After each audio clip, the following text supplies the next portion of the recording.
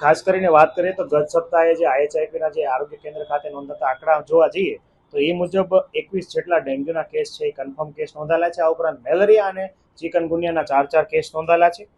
શરદી ઉધરસ અને તાવના જે કેસીસ જોવા જઈએ તો અરાઉન્ડ છે એ 1600 જેટલા કેસીસ શરદી ઉધરસ અને તાવના નોંધાયેલા છે.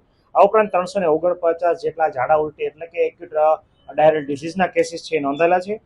સાથે સાથે ટાઇફોઇડ છે એના પણ 2 કેસ અને ગત સપ્તાહે કોલેરાના પણ 2 કેસ છે નોંધાયેલા છે, જેનું નોટિફિકેશન પણ પ્રસિદ્ધ કરવામાં આવ્યું છે. જોવા જઈએ તો ઓગસ્ટ માસમાં ડેન્ગ્યુના કેસીસ એટલે કે મચ્છરજન્ય રોગચાળો અને વેક્ટરબોર્ન ડિઝીઝ છે એમાં ઉત્તરોત્તર છે વધારો નોંધાયેલો છે. ખાસ કરીને હાલ જે છે સિઝનલ ટ્રેન્ડ મુજબ આ ઋતુમાં સામાન્યતઃ કેસ છે વધવાની શક્યતા રહેલી હોય છે, પરંતુ ગત વર્ષની સરખામણી એટલે કે 2023ની સરખામણીમાં આ વર્ષે ઓગસ્ટમાં સંખ્યા જે છે એ ઘણી બધી વધારે છે. ઓગસ્ટ માસમાં હાલ જે છે એ રાઇઝિંગ ટ્રેન્ડ આપણને નોંધાયેલો છે. આ પાછળ ઘણા બધા પરિબળો જવાબદાર છે. ખાસ કરીને વાત કરીએ તો વરસાદ જે છે એનું ખાસ એવું પ્રમાણ અને વરસાદ પછી જે છે એ મચ્છર જે છે એ પોતાના ઈંડા જે છે એ ઈંડામાંથી પોરા અને પોરામાંથી એડલ્ટ મચ્છર છે એ બનતા હોય છે.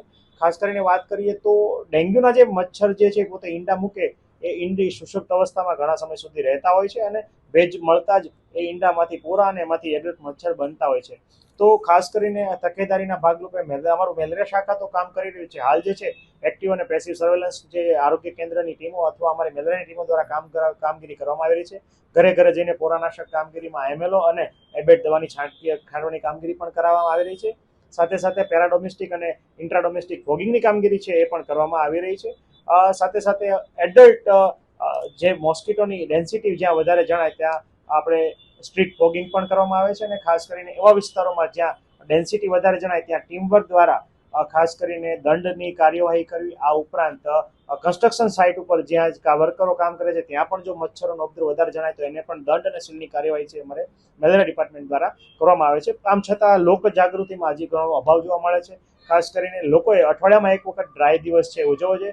તમારા ઘરની અંદર રહેલા તમામ પાત્રો જેમાં અગાસીથી માંડીને અંડરગ્રાઉન્ડ ટેન્ક સુધી તમામ પાત્રો છે એક વખત છે સાફ કરીને ડ્રાય કરવા જોઈએ, જેથી છે આ ડેન્ગ્યુના જે મચ્છર છે પોતાના ઈંડા છે ત્યાં મૂકી ના શકે ને ઈંડા જો જે છે ઈંડામાંથી લાર્વા નહીં બને તો એડલ્ટ મોસ્કિટો નહીં બને અને રોગચાળો છે નિયંત્રણમાં આવી શકશે. જી ખાસ કરીને વાત કરીએ તો ગત 3 માસ દરમિયાન કોલેરાના 9 જેટલા કેસીસ છે એ રાજકોટ મહાનગરના શહેરી વિસ્તારમાં નોંધાયેલા છે. આ બાબતે રાજકોટ મહાનગરપાલિકાની તમામ ડિપાર્ટમેન્ટ છે એકબીજાને સાથે સંકલનમાં રહીને કામગીરી કરે છે. તમારે જેવો કેસ આવે છે અમારી ટીમ દ્વારા જે એક્ટિવ સર્વેલન્સ કરવામાં આવે છે. આજુબાજુના 400 થી 500 ઘર કે જ્યાં વોટર કોમન સપ્લાય હોય એ તમામ જે છે ચેક કરવામાં આવે છે. સાથે સાથે વોટરવર્ક્સ ડિપાર્ટમેન્ટ દ્વારા સુપર ક્લોરિનેશન એટલે કે તમારા પાણીમાં ક્લોરિનની માત્રા 0.5 કરતાં વધારે આવ્યા પ્રયત્ન કરવામાં આવે છે, જેથી જે છે પાણીની અંદર કોલેરાના જંતુ જે છે બેક્ટેરિયા છે એ લાંબો સમય સુધી જીવિત ના રહી શકે. આ ઉપરાંત જે છે લોકોને પાણી છે ઉકાળીને પીવાની સલાહ આપવામાં આવે છે. અમારી ટીમ દ્વારા ક્લોરિનની ટેબ્લેટ છે એનું વિતરણ પણ કરવામાં આવે છે. જે 20 લીટર પાણીમાં એક ક્લોરિન ટેબ્લેટ છે એ વાટીને નાખ્યા પછી પ્રોપર હલાવીને 1 કલાક પછી જે છે પાણીનો ઉપયોગ પીવા માટે કરવાની પણ લોકોને સૂચના આપવામાં આવે છે. સાથે સાથે અમારી ટીમ જે છે ખાસ કરીને પ્રોફાઇલેક્સિસ દવાઓ છે એનું વિતરણ જે છે એ ઘરે ઘરે જઈને કરી રહી છે અને સાથે સાથે ORSનું પણ વિતરણ કરી રહી છે.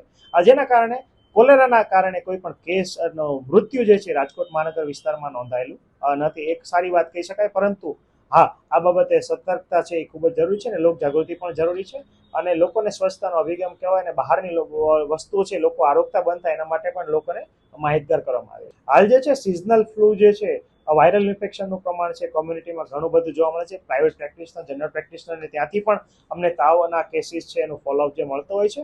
લોકો અમારી સાથે સંકલનમાં હોય છે. ખાસ કરીને અત્યારે વાયરલ ફીવર જે 3 થી 4 દિવસમાં વાયરલ શરદી ઉધરસ છે એના કેસીસ છે ઘણા નોંધાય છે.